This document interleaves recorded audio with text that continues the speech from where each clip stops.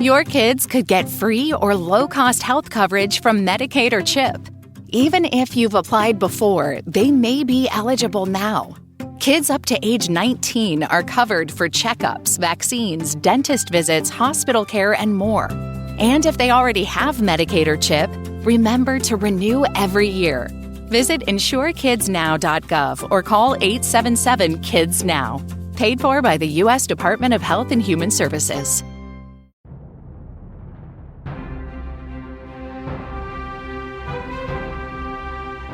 Welcome back, everybody, to another episode of Part 2, The Sequel Continued, a show where we watch a movie, talk about it, and then conceptualize a sequel that nobody asked for or could even pay for. I am Roger. I'm Xavier. I am Jett. And in this episode, we're going to be talking about a movie that kind of went through the meme ring for a while, Inception. Any thoughts, fellas? I watched this movie just now. I finished it 15 minutes ago. I literally finished it maybe an hour ago, and I had to run to the store. I was worried I was going to be running a little late. So Amazing. I have seen this movie once before. I have seen it talked about endlessly ever since. And man, the internet plays a trick on you, where when something gets talked about a lot and it's popular, you start thinking, I guess that wasn't that good, and I'm just a sheep or something. But then you frickin' watch it again, and I'm watching this movie like, this is a good frickin' movie. Good job, Mr. Nolan. I remember watching this movie for the first time, and I found it very masturbatory for Mr. Nolan. Like he was doing his best. He was just like, people are going to be so confused. And then, here's what I will say. And I don't know if it's connected. I don't know if these dots can be linked together in any way, but about 3/4 through the movie, and I watched this last night, I should say, I had a full-blown panic attack. Oh my god. I couldn't breathe. I was nauseous. I was pale in the face. I threw up 4 times. Were you just thinking about dreams? Well, see, at first I was feeling it in my chest, and I was like, man, I'm feeling way more than the first time I watched this movie. Like, it's really getting to me. And then we paused it, and I was like, oh, no, that's my body. Oh, like, I'm having carbon monoxide poisoning right No, what happened? No, I don't know. I didn't drink water all day, and that was probably a big part of it, but but yeah, I was dehydrated. I couldn't breathe. I sat in a very, like in a shower for like just sitting down in the shower, just surviving. Jesus Christ. I don't think it had anything to do with the movie, but if it did, okay. Are you sure, I'm gonna Roger? I'm gonna contact some lawyers. Issues. Oh, and we do know that that's I guess it a big does. thing for you, yeah. Yeah. So before we jump into sequelizing, I have a synopsis for you folks. Yes. Something we didn't do in the last episode that I think should be a continued theme is a spoiler alert. Sound the alarm! Wee woo. Wee woo. Yeah, let's do something that even Inception struggles to do and explain Inception. Right. Jett, you gave us kind of a Christopher Walken alarm there. Wee woo. Overlap them. Wee woo. Wee woo. This was your father's alarm. Your father's alarm. I shoved it in my ass. Okay. So, Inception synopsis. I wrote this at work today. Dom Cobb is a thief specializing in corporate espionage. His goal, whatever secrets he's been paid to uncover. His obstacle, the complicated vault that is the human mind. Known as an extractor, he utilizes powerful but vague narcotics in an amazing but vague machine that allows users to achieve shared dreaming. When used on an unsuspecting target, Cobb can literally steal their metaphorical treasures. Now, the movie opens up with Dom Cobb waking up on a beach with nothing more than a gun, a top, and the clothes on his back. He's dried off and meets with Saito, an absolutely ancient human being who claims to recognize Cobb from a half-remembered dream. Then we are shown that exact dream, where Cobb and his partner Arthur are working a heist to extract information from a much younger Saito's mind. Due to a visit from a woman named Maul, the heist goes belly up, and the dream goes bonkers, and everybody wakes up into yet another dream. One that Saito instantly recognizes because his rug is all wrong. They all wake up once again on a bullet train in the, quote, real world, where we get a good look into Cobb's unfortunate familial troubles, which are thrown to the wayside when they discover that Nash, their original dream architect, sold them out to Saito, who offers them a job in the concept of Inception, the nigh impossible task of inserting an idea into the mind of another to let them believe it was their own original thought. After a brief back and forth, Cobb agrees. Saito needs Cobb to change the mind of CEO Robert Fisher into dissolving his father's energy company, as it is Saito's direct competition. In return, Cobb's criminal records will be expunged, and he will be allowed to go back to the US and finally see his children. He is now tasked to build a dream team, consisting of Ariadne, the architect, who designs the dream levels, Eames, the forger, a master dream impersonator, Yusuf, the chemist, a sedative specialist, and Arthur, the point man, an informant, a scout, an ass kicker. And together, they devise the perfect plan involving 3 dream layers, a dangerous task only made more so by Robert's dream security, Cobb's self-destructive mind, and blatantly insane dream wife. Some things go well, other things not so much, but after a long sequence that bounces between the first, second, and third layers of dreaming and a place called Limbo, they get the dang thing done. Robert is convinced to be his own man and build his own future. The end of the movie provides the viewers with a purposefully confusing narrative on whether or not Cobb is awake or asleep. The top continues to spin. You are waiting on a train. The end.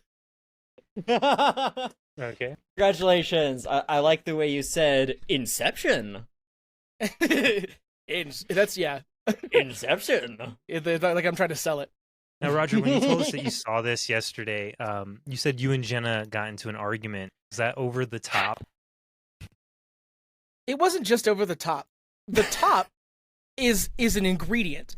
In the absolute cake, the fondue dessert masterpiece that is the end of this movie, where we got into the idea on whether or not Cobb was alive at all, if he was stuck in limbo in this him seeing going back to LA, being welcomed back into the United States, seeing Michael Caine, and then being brought back to his children. Was that all something he created in limbo? Or, was everything a success? But we got into that pretty deeply. Not really an argument, but What's your perspective, Roger? And this is not an Inception theory cast. Of course, this is not 10 not things you may have missed in the ending of Inception Explained, but... So, here's my thing. Let's get a baseline. Is that in movies, it is a pretty firm idea that if you do not see a character die, it is safe to assume they did not. Now, when Cobb wakes up on the beach and he goes to see the elderly Saito, they return to that scene at the end of the movie, and he says, let's go back. Let's become the young men we were. Saito reaches toward the gun, and then it cuts to Cobb waking up on an airplane in the, quote, real world. However, earlier in the movie, Cobb gets a call from his children. They both sound relatively older than the 2 kids we see constantly throughout the film. And at the end, they are still the same age and size, wearing the same clothing. Personally, I do not believe he is in the real world. That top will never stop spinning, and his kids are figments of his imagination. I'm sorry. Interesting. Very interesting. See, my point of view has always been, it starts to topple, and I get that it cuts away before, just to give people that sort of, that thought. And I also thought the same thing about the kids, because as I was rewatching it, I was like, I know for a fact at the end it's the same shot that he's been dreaming of the whole time. But we also don't actually know how much time has passed since the last time We we do saw not. the kids. It could be a few months. But there's a part where earlier in the film, whenever he's on the phone, the daughter sounds she sounds much a lot more older. grown. Yeah. But do we know that actually happened? Oh, fair. All of it was Inception. Yeah. That movie incepted in my head that movies are confusing. From a thematic perspective, of course, the function of the ending is that Cobb has moved on from his traumas and everything holding him back, and he finally just learns to, just accept the reality he's living in, and stops worrying about dreams, etc., etc. Right? That's the idea. The point is to emphasize his growth. It's frustrating though. Like, I want to know what's going on. So as far as the movie itself in its entirety, Roger, when you sent that message saying that you and Jenna were arguing about it, I mentioned how I literally saw a review for it on a public library website, and it's because I was trying to figure out where to watch it, and I have like a library card, and they have movies online that you can like watch for free. Inception wasn't one of them. But I was going through the reviews, and this guy gave it 1.5 stars, and he was like, now, I love Nolan, but I went back and I saw this movie, and first off, it's super confusing. And I was just like, oh, I didn't read past that. I was just kind of like, oh, well, I want to know, you're such a huge Nolan fan, what other Nolan movies have you seen Not that Tenet. aren't What are those right? unconfusing Christopher Nolan Memento, flicks you've watched? Tenet, personally, not Inception, but Interstellar is also pretty confusing. I don't find the movie particularly confusing because there's constantly exactly. There's a line of dialogue. This is Christopher Nolan's staple. There's a line of dialogue every 2 seconds explaining exactly what's going on. Yeah, the whole movie is literally exposition. The whole movie is exposition. Yeah. Oh, like literally every single scene, they're explaining something. yes. Up to the end. Elliot Page's character, the whole movie, is asking questions that move the plot forward. Yes. And any movie that is confusing should have an audience surrogate like that. My Should favorite, just help us along. my favorite moment in the movie it's such a Christopher Nolan thing to do, of having a little line to like remind you of what's going on right now, because like it's so high concept. But one of the things that's explained early on is the idea of like paradoxical architecture, where you can make spaces that don't make sense as they would in the real world because the geometry can be kind of skewed and bent around. And they explain this with that staircase that loops. And then in the third act of the movie, when Joseph Gordon-Levitt's character, Arthur, Slickman Twink himself, is like in a big gunfight on a stairwell, they end up like looping around, and the staircase like splits all of a sudden, and he pushes the guy off, and then looks into the camera, winks, and says, "Paradoxes." Paradox. Yeah. No, the movie is pretty. It's pretty overt with what's going on in any given moment. Yeah, and Right. anything that the movie can't explain, they just don't. Like the Right. serum thing. They're like, what's in the serum? I don't know. It doesn't matter. Yeah, Like, Sleep like, juice, hey! and like I can understand if this was a book, yeah, like tell me, you better tell me what's in that liquid. Mm-hmm. But like the machine, they don't even call it anything. Like it's just there. Yeah, at one point I think they just say, you recognize this, don't you? And he's like, I Yeah. sure do. That's it. I do. The movie barely has enough time in like a 2 hour and 30-minute runtime to execute its multitude of concepts and tell the slightest bit of an emotional narrative for Cobb. It barely has room. It Right. strips away every bit of fat they can. So in terms of sequelizing, I do want to say that if anytime we're talking about, like, if we come up with any kind of scene that would require exposition, I want you, the audience, to be envisioning this exposition happening in no less than 25 separate locations in the span of 15 minutes. It needs to be constantly cutting from location to location. Like as people are talking, Yeah. we got some. The real world of Inception has like way less like continuity than the dream worlds do, because they're constantly cutting between like time periods and locations, and like there must be like a span of 5 months that happens in the first like 20 minutes of the film that's all set Yeah. up. Because if you're dreaming together, that's using less actual time. Like you can get 4 months of planning out of the way in about 5 minutes. So Mhm. So like there's a few directions that I think that we math can- isn't correct. I don't want to hear it. Okay. They don't actually explain the math in the movie. They do only once. They say that they say how 5 it minutes in the correlates. real world is an hour in the dream Yeah, but world. then later on they say that these drugs are even crazier than that, and this sedative has a different ratio that they don't explain. Yeah, that's why they the can more spend layers 10 you go years. in. Yeah. Yeah. So it's literally it's like he just pulled a number out of his ass and put it on the It sounds page. pretty good. So. There are a few sort of broad directions, right? I mean, the thing is, right, there's an immediate split in the direction that we go, right? I guess there's three, right? One is we keep the concept, given a completely new cast, right? The other is that we try to carry forward with the same cast. And if we go with that option, or at least any of the same cast, right? If Cobb is in it at all, we gotta decide whether or not the top falls. I don't think Cobb's in it. I think because his story was already completed. You know, I tend to agree. He got what he was looking for. I think the other characters were far more interesting than him, anyways. Like Arthur's character, I want to know more about that guy. What was his name? Eames. He was cool as hell. Yeah. I love Eames. He's so freaking cool. And I might be biased because I'm a huge Mad Max fan, and yeah. I also would really like to see more of Elliot Page's character. Yes. Who I'm also sure transitioned. by the time we make this Inception sequel has been through some changes in his life. Adrian? No, Ariadne. Ariadne. Now his name is Adrian in the new movie. Look, I'll take Adrian. Yeah, that makes sense. Sure. So there we go. Let's write Adrian. I want to know, like, how this, because he's just a student in Inception, a mere child.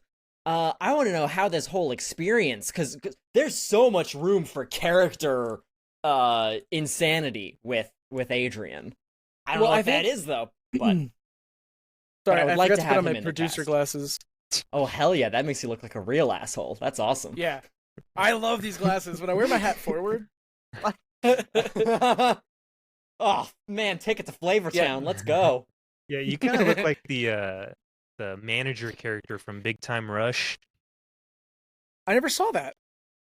You Go look ahead, like a Jett. trucker pretending to run a video rental store.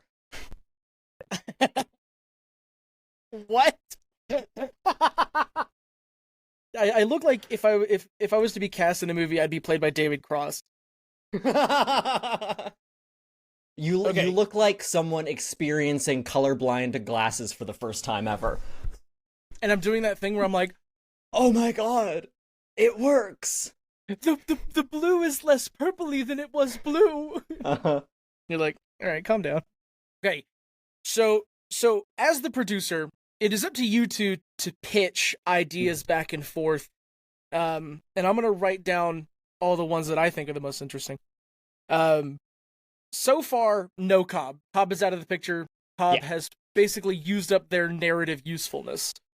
So He could cameo. He could have some like third act appearance that ends up being super significant, depending on the direction we go with the he would broader probably just- concepts of this new universe.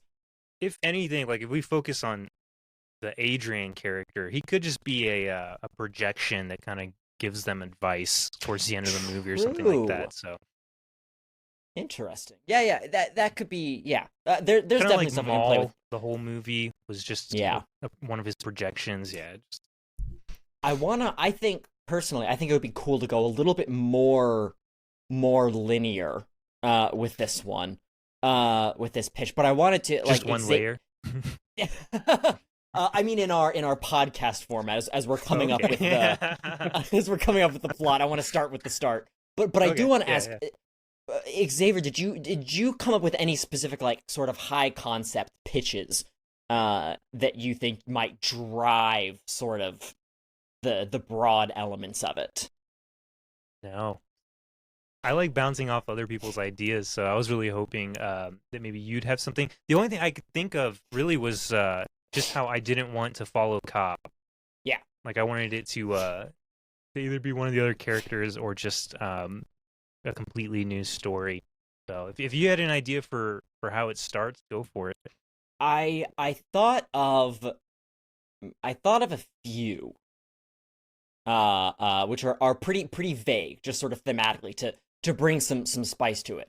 One, I thought up the idea of maybe in the sequel you have two different teams of sort of dream infiltrators that are conflicting together on some goal.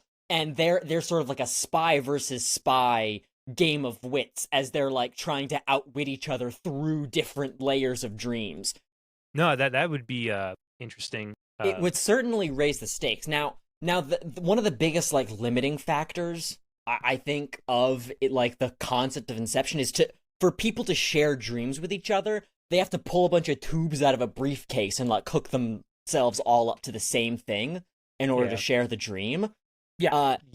If we're gonna have multiple teams of guys, there's no way they're gonna all like be like they're like all standing off with guns pointed at each other, then they go like, all right, pull out the tubes, we'll settle this another layer deeper.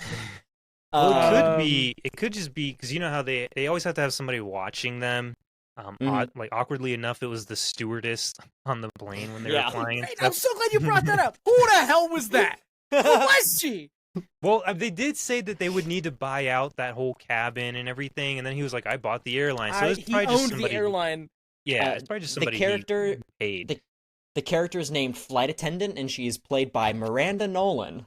Listen, Miranda Nolan, you're coming back. We're gonna need you again. My thing is, did they just tell her like, "Hey, we're gonna drug this billionaire, and you're gonna need to press this button when it's all said and done"? Yeah, they probably just give him buttloads of cash. Like, who was the dude at the beginning? Like, he kind of just disappears. They never mention him. They never use him again. So. Oh, the guy on the train? It could easily just have been someone else from Cobb's circle who wasn't important. Right. Yeah. Or a well-paid flight attendant. Yeah. So, my point is, like, they have somebody watching. It could just be another team comes in, points a gun at that person, and is like, we're going to hook ourselves up now. So... True. The other option, wireless dream sharing, where you come up I with... almost said mind Wi-Fi. Yeah. Mind Wi-Fi. That's it. I love freaking mind, because then that solves so many logistical issues in framing these action sequences. Now you have like, as long as you can like knock someone unconscious, you can get in their dream, and that makes it knock them unconscious. You could just be near them while they're sleeping. Like in their house. I just mean as long as you can get someone sleeping. As long as you can get someone down as long as in you some can get way. a little surveillance van close enough to wherever they're sleeping. So, that was idea number one. You said you had a couple there, Jett. The other two, and the idea of two teams could slot into anything, potentially. The other two things I thought of, I was trying to think of different titles. I thought of like maybe we can do something that has to do with insomnia, where there's a character who in some way like has insomnia and that gives them some kind of superpower control over things, or like maybe there's like a lucid dreamer or something who has full control over their subconscious. Because like that's one of the big elements of Inception. Is that if you are the dreamer and someone is entering your dream, your subconscious is going to kind of try to drive out anyone else who is intruding. So this makes dreams kind of inherently dangerous if they start breaking the rules. This is very kind on special effects budgets, but we don't care about that. So potentially you could have a dreamer that can really control the dreams to do wacky stuff. So when I'm hearing that, this is a world where there's classes being taught about shared dreaming, right? Like Michael Caine is like a professor that goes over this stuff, and he's the one who suggested Ariadne to be the next architect for Cobb. So these things are just known throughout the world, right? Mm-hmm. So what if corporations started, instead of keeping all of their information on like backup drives for computers, they just started sharing it with people who could lucid dream, and they Who can could control defend their their own mind subconscious. from extractors. All right. Oh, that's really interesting. So I think that's our playground, right? In the same way that Fisher was the sort of initial focal point character, I think that's what raises the stakes of this, right? We've got one lucid dreamer with like some crazy information in their head, and two teams of guys trying to get in there. Now, their goal, I don't think it can be as simple as just trying to extract data. The other thing that I thought of is you title them, you make it all about, rather than trying to plant an idea in someone's head, people figure out ways to remove ideas from someone's head, and make them forget something. About it. Yeah, and you call the movie Deception.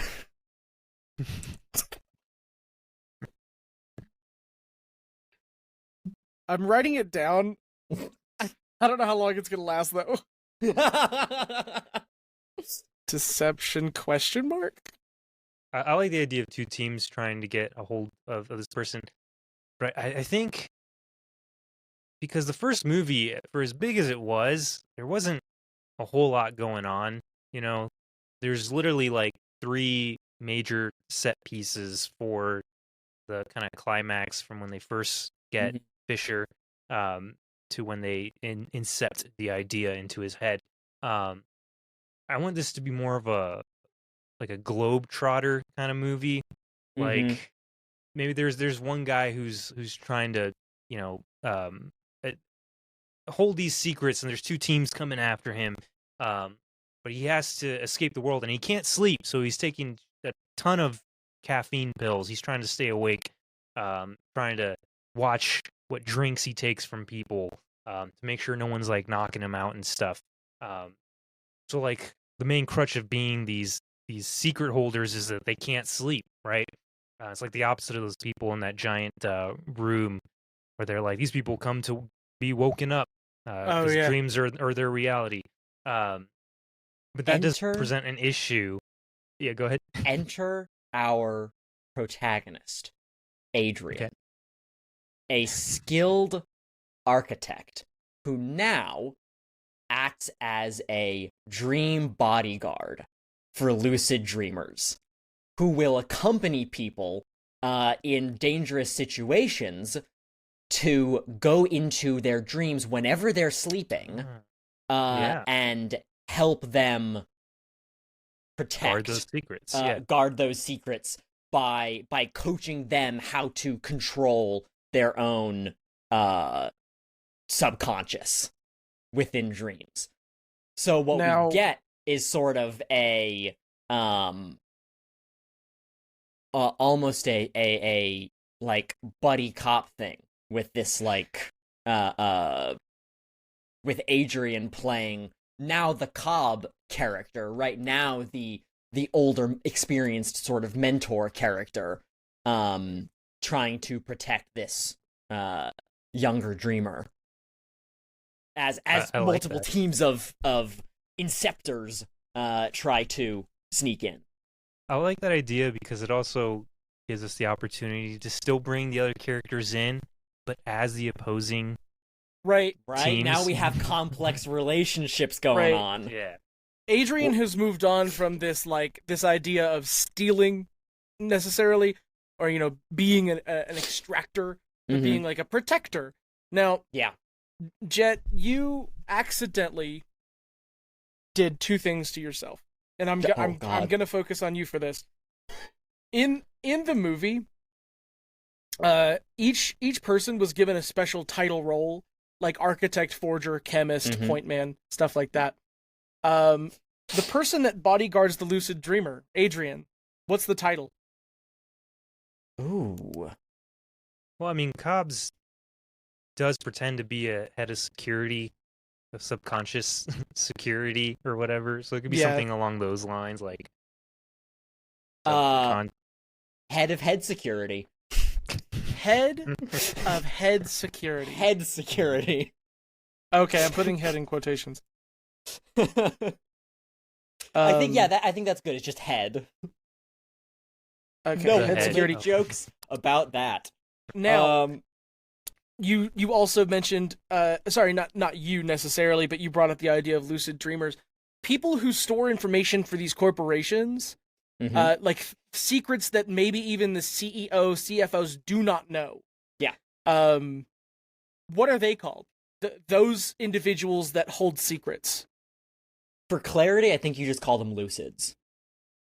Because I think the idea is they can take information, go into their own dream, then go into a dream within their dream, and then a dream within that dream without any need for extra technology. So they can store stuff 4 layers down in their own subconscious, Xavier, intentionally, without any outside effects. So, like, yeah, they can do that, and because of that, because they're storing it so deep, they don't actually know the secrets. So the only way to get those secrets is to go into their dreams and extract them. Right, you can't just break their fingers and be like, "Tell us the truth." Like, yeah, I don't know. Let's.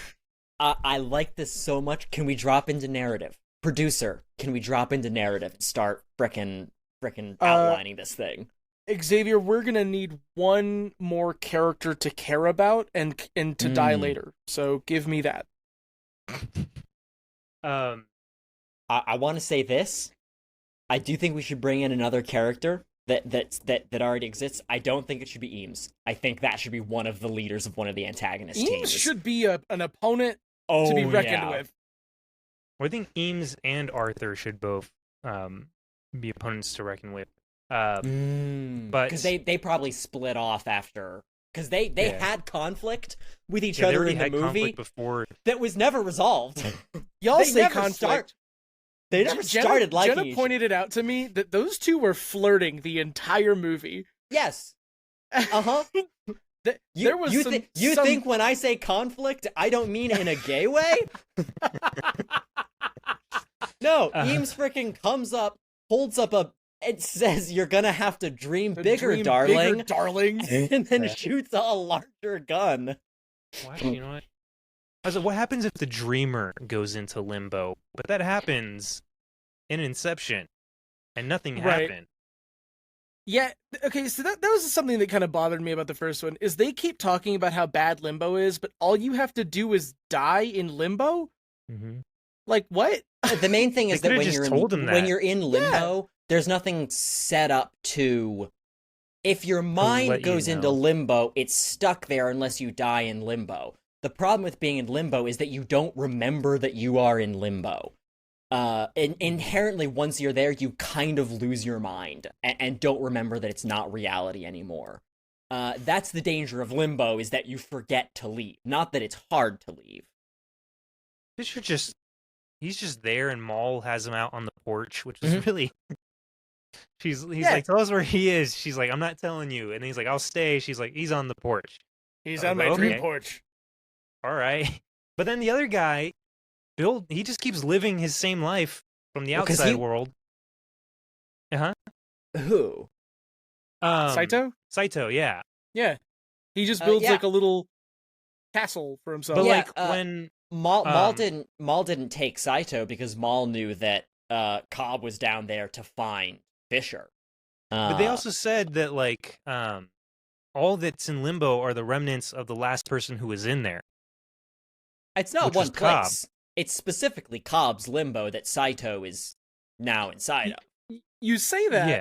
Well, but Saito doesn't... He doesn't know he's in limbo, and he kind of just keeps living the same way he was before, and he grows old. But when Cobbs and God, what was her name in it?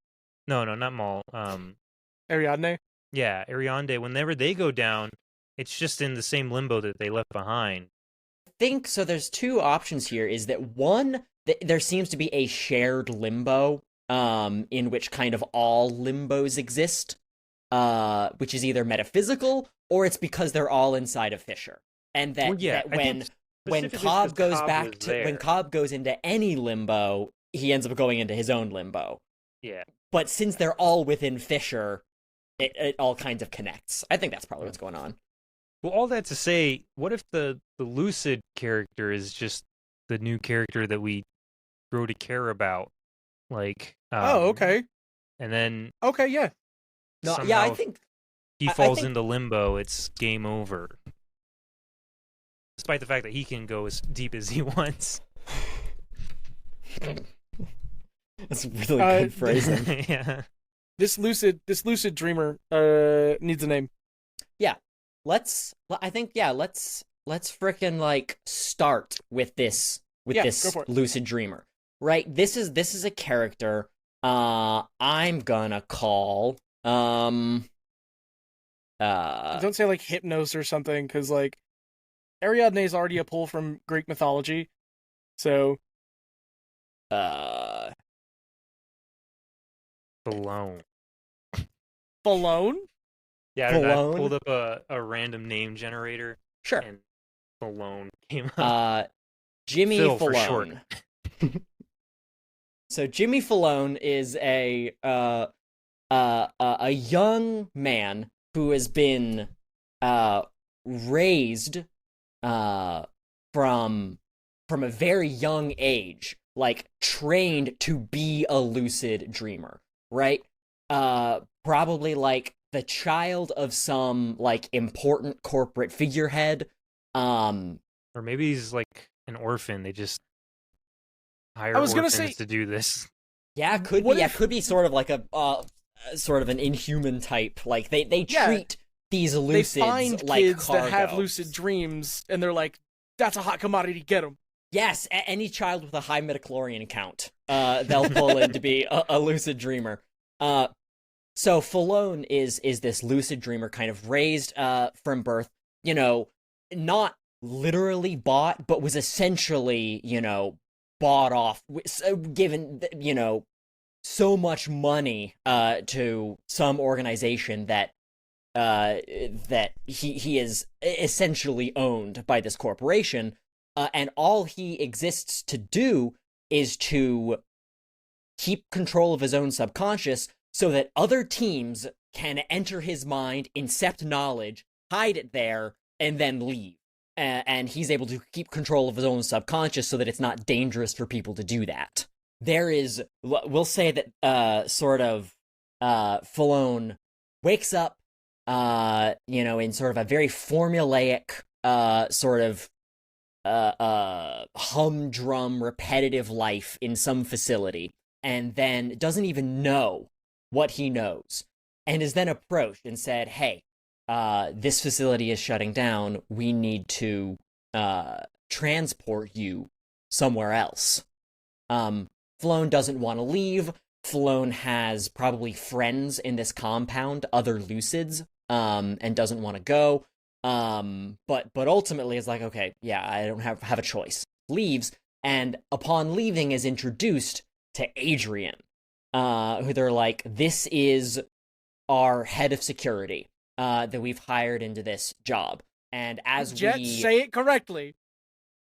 Head security, who we have hired on to protect you when you have to sleep. Whenever you go to sleep, Adrian is going to be in there with you to protect you. What if instead of them being in a facility, what if he doesn't even know that he's a lucid? I was wondering that as well. He has a bank account with unlimited money. He just gets like messages every once in a while that's like next destination, but he's literally just living his James Bond lifestyle, fancy hotel after fancy hotel, and like doesn't even know locations. He just thinks he's living the life, and then one day Adrian shows up and he like, realizes hey, that he's dreaming. Yeah, it's like, hey, you're in danger. Yeah, and then action sequence, people chasing him, shooting guns at him. And then he wakes up and realizes that was all a dream. Adrian's in the room with him, and now they're physically on the run in the real world. Yeah, they are in the back of a truck, and it's like, hey, you are not who you think you are. You've been kept asleep for a very, very long time. You know, this is your name. This is my name. My name is Adrian. I'm the head of head security. I am here to protect you. And then this is where the exposition can come in, where it's like, but, we're in this isolated truck. How did these people get in my dream? Remote dream tapping. Mm-hmm. There you go. All you had to do was fall asleep. And they're able to, let's do this. Here's what we do, right? Here's how it works. The thing we were talking about earlier where limbo is seems weirdly connected in some weird way. Like, why is Saito's limbo connected to Cobb's limbo in some amorphous way? What if all limbo is one limbo? There is a single shared limbo that all dreamers can go to if they go down 4 levels deep. And it is through that shared limbo that people are able to come up through the levels of dreams in order to access dreamers wirelessly.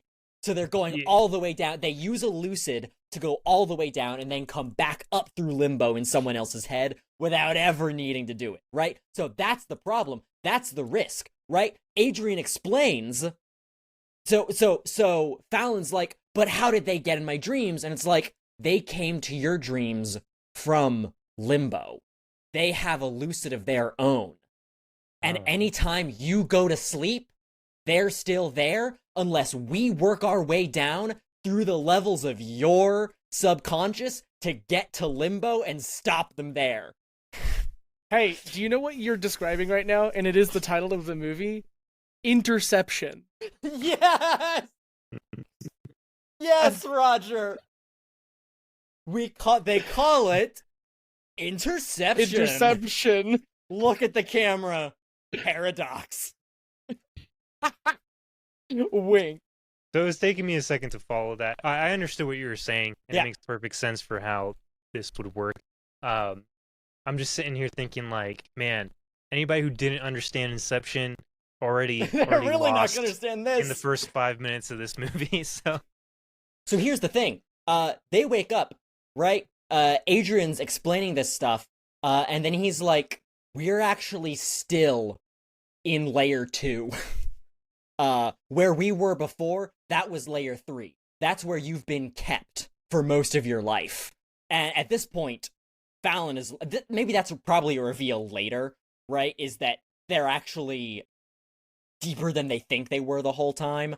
And this is going to be a big, midpoint twist for Fallon, as he's Fallon. Okay. Fallon, yes. Okay, I got it. Not Jimmy right? Fallon.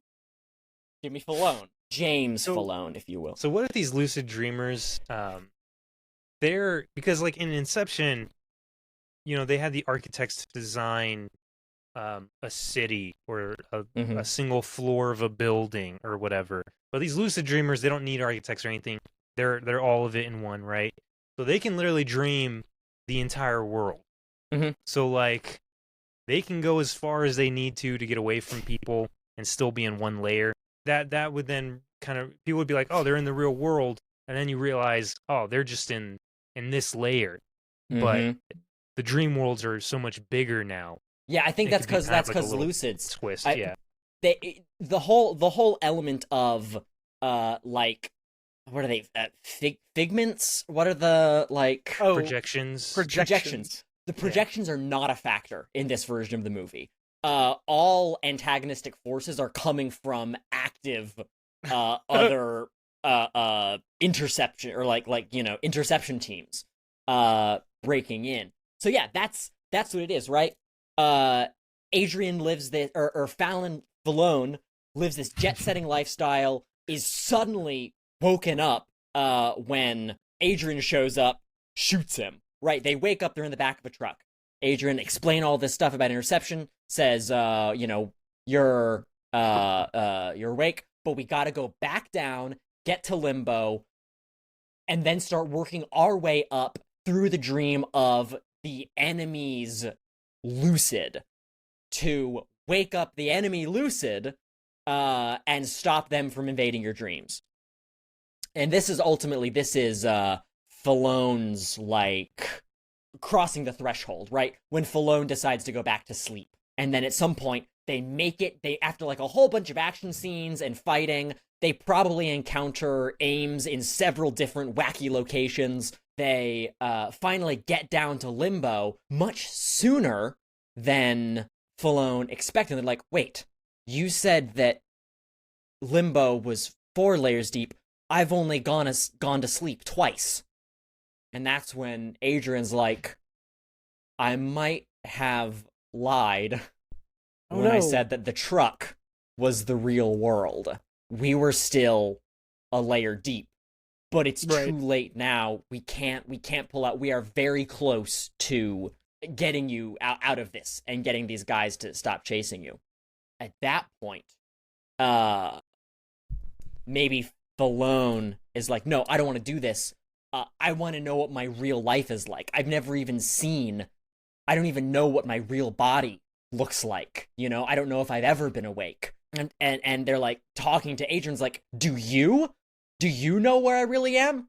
And then Adrian says, I might have lied as well, that I was hired to protect you. I also intercepted. I am a lucid. What is happening? And that's how we know we're writing a good Christopher Nolan movie. Jett, I'm supposed to like recap this. Mm-hmm. There's no way I could do this. I got it all. I know exactly what's going on. Right? Hold on a second. Hold on. You are monopolizing your time, Xavier. What? Hold on. So I like that idea. I like the idea that it's, you know, we're trotting the entire globe, but we're also still dreaming the entire time.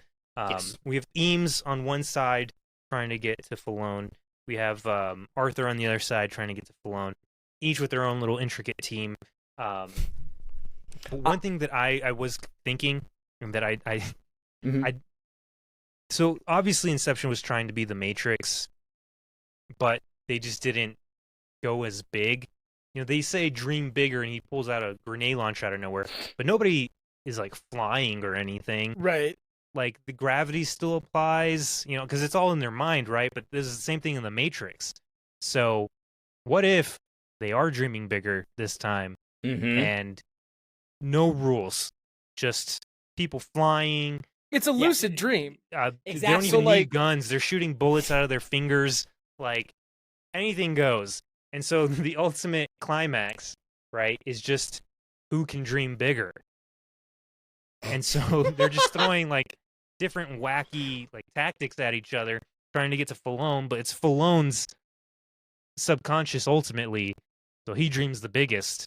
Yes. But what does he do to kind of overcome this obstacle? If Adrian lied 3 times and is actually the baddie, I don't think that. Okay. Yeah. Please explain yourself. Yes. The basically Adrian only ever told one lie. There is one team that is actually trying to invade, and that's Ames's team.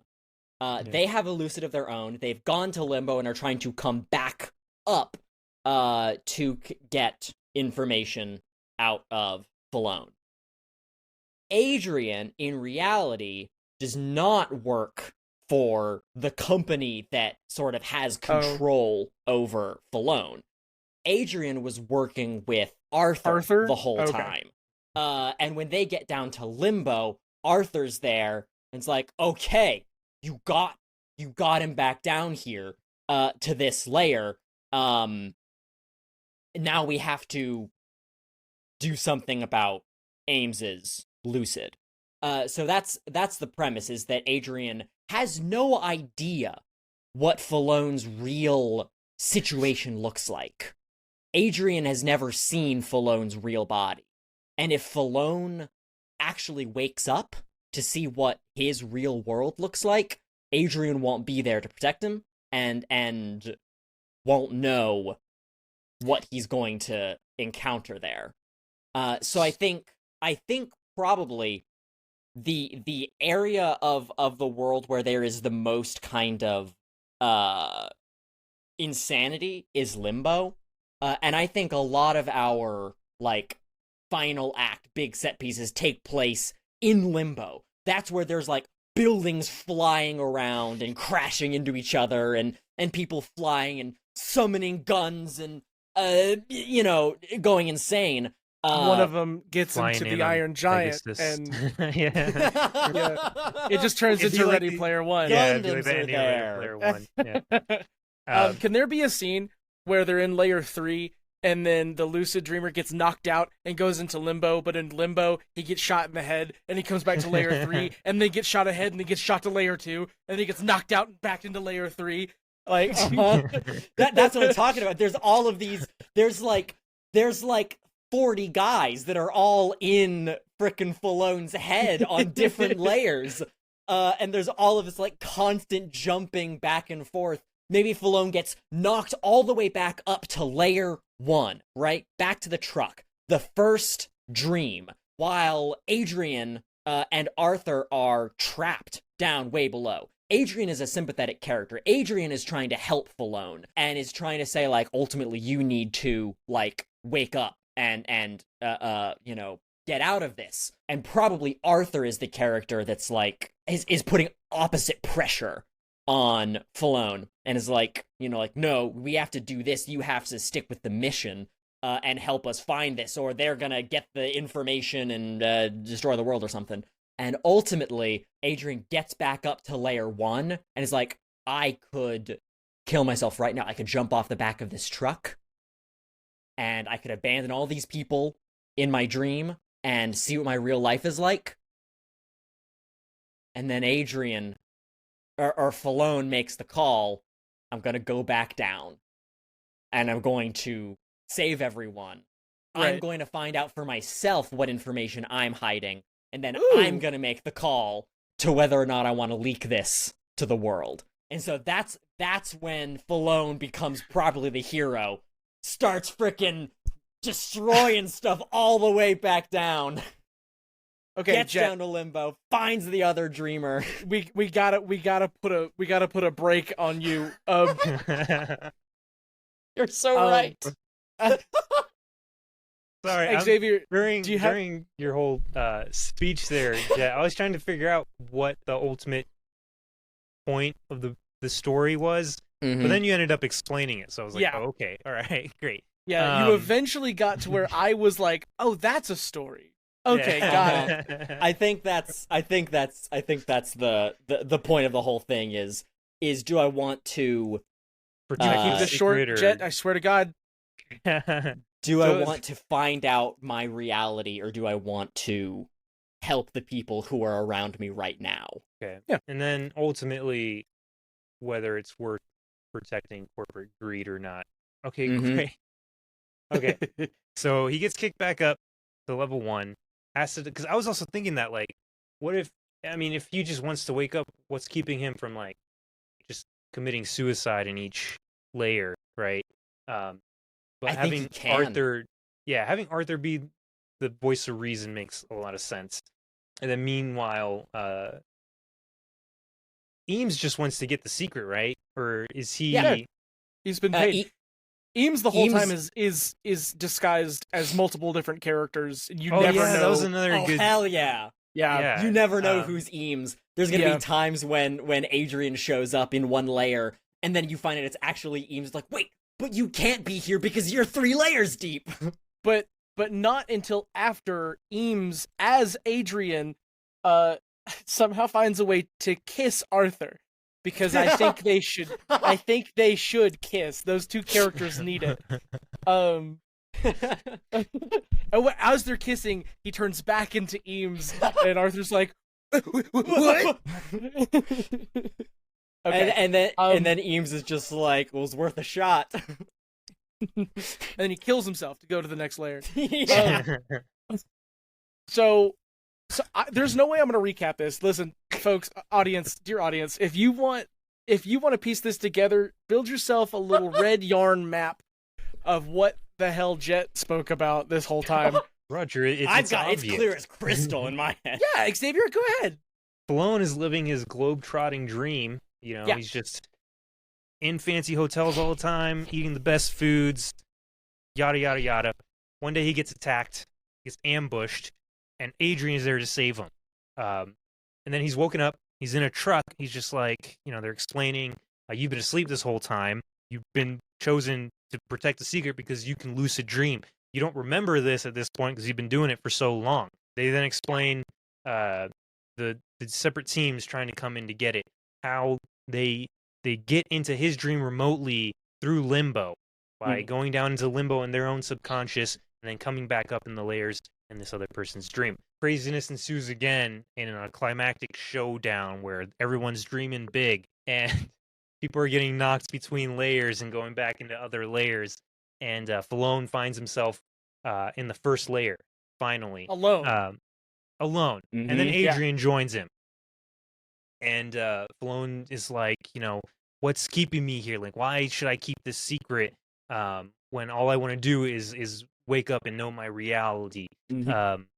And he's got to make the choice to wake up or go down and help the other people that are stuck in his subconscious, because if they die, they will be stuck there. They can't go back through limbo to their own subconscious because they've already gone up into his subconscious. So it would be kind of like being brain dead in the real world. It's like, are you going to wake up and essentially off all of these people who are trying to steal this information? Yeah. And so he decides he's going to help the people find out what he's been guarding this whole time and whether it's worth all of this hassle. Goes back down into it. We didn't actually come up with a conclusion. So he's back in. He finds the information. Finds it because it's hidden in his own subconscious. I think that's the reason that teams they have to go up through the layers, because they have to find hints throughout Falone's other layers of dreams to find out where the secret is hidden inside Limbo. Yes, Roger. The secret is that the corporation who is holding information in his head is housing filing cabinets of human beings that are lucid dreamers, and the information he has is where that is located. So it's like he's basically including his own body. Yeah, he's the database within the database. Yeah.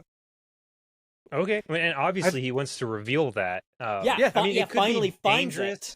It could be dangerous on one hand. People go in and destroy those secrets, and then that corporation is screwed. Never found, right? But they're also technically slave labor. So yes, free those people, kill those people. Ultimately, he's like, we have this information now. He gives it to Adrian, who now has to go on their own mission to free these people. But I'm going to trust you in the real world to put a stop to all of this. And then that kind of leads us into our Inception ending of whether or not Adrian has woken up to go through with this. I think that's what it is. I think at the end, probably Adrian manages to completely shut his mind off from Limbo, right? It's like, you're not going to be in my head anymore. This is my dream, right? Kicks everyone out, gives the information to Adrian, and says, I'll give you a year. I'm going to wait a year for you to, in the real world, solve whatever's going on there, and then I'm waking up. But right now, I'm trusting you. Because I think probably frickin' if Falone wakes up, that, the whole database is all messed up. Right. So I think probably it ends back with Falone goes back up to Layer 1, lives out, several years of his life in his own fully controlled dream world, because he's fully lucid now, knows everything, and knows how to control his reality, and then has to decide, do I leave this reality over which I am God, or do I jump into the unknown and then that's just the beginning of the Matrix. But yeah, and then I think probably Adrian or Falone wakes up, but we don't see what his real life actually looks like. We never see what is going on outside of his head. And we just have to trust, in the way that Falone is trusting, that reality must be better than a world in which I am God, even if there could be hardships and pain, in that world. Okay. Yeah. Well, that is just over an hour. Which, you know what? I think we broke lucky with that.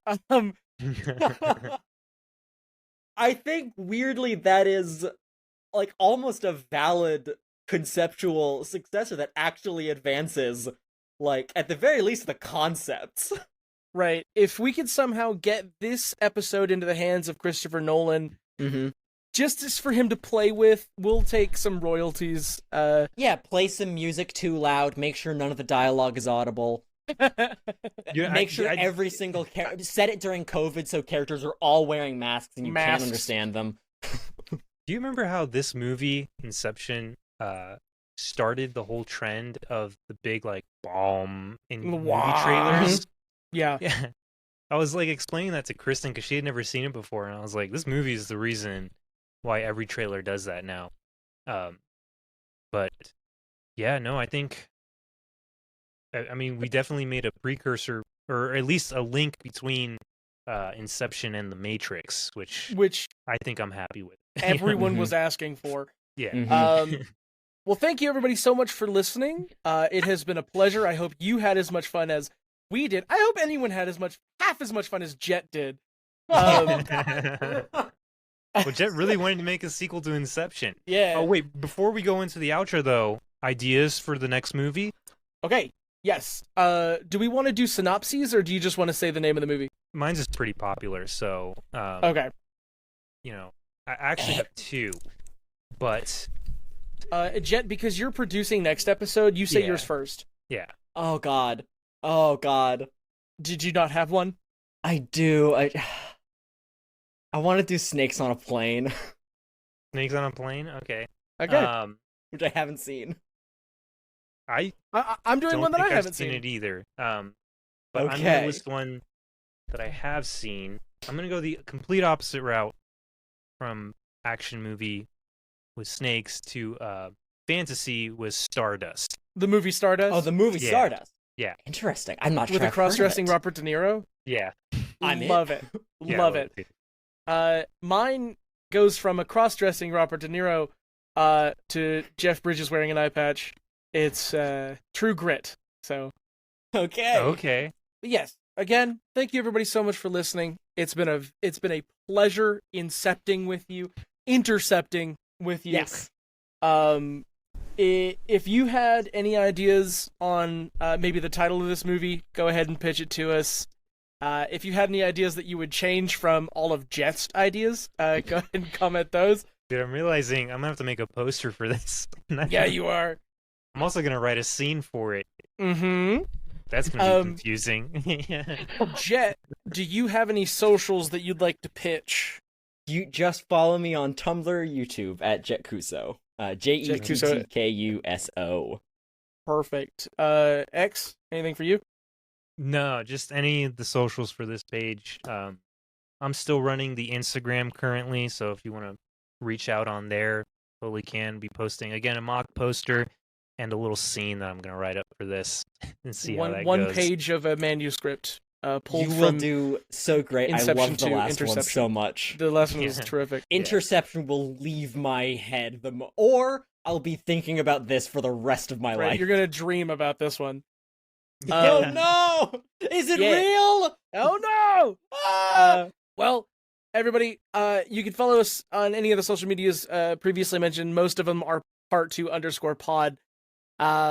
And I believe, hold on, let me check my show we also notes. have a letterboxd. Yes. That you can join us on at part2_pod as well. Remember to vote on which movie you want to see next on Jett's YouTube channel. And we will see you next time on Part 2. The sequel. Continued. Oh, wait, stop the music. Thank you for Peyton Pedkis for the music of the show. Go ahead, music. All right.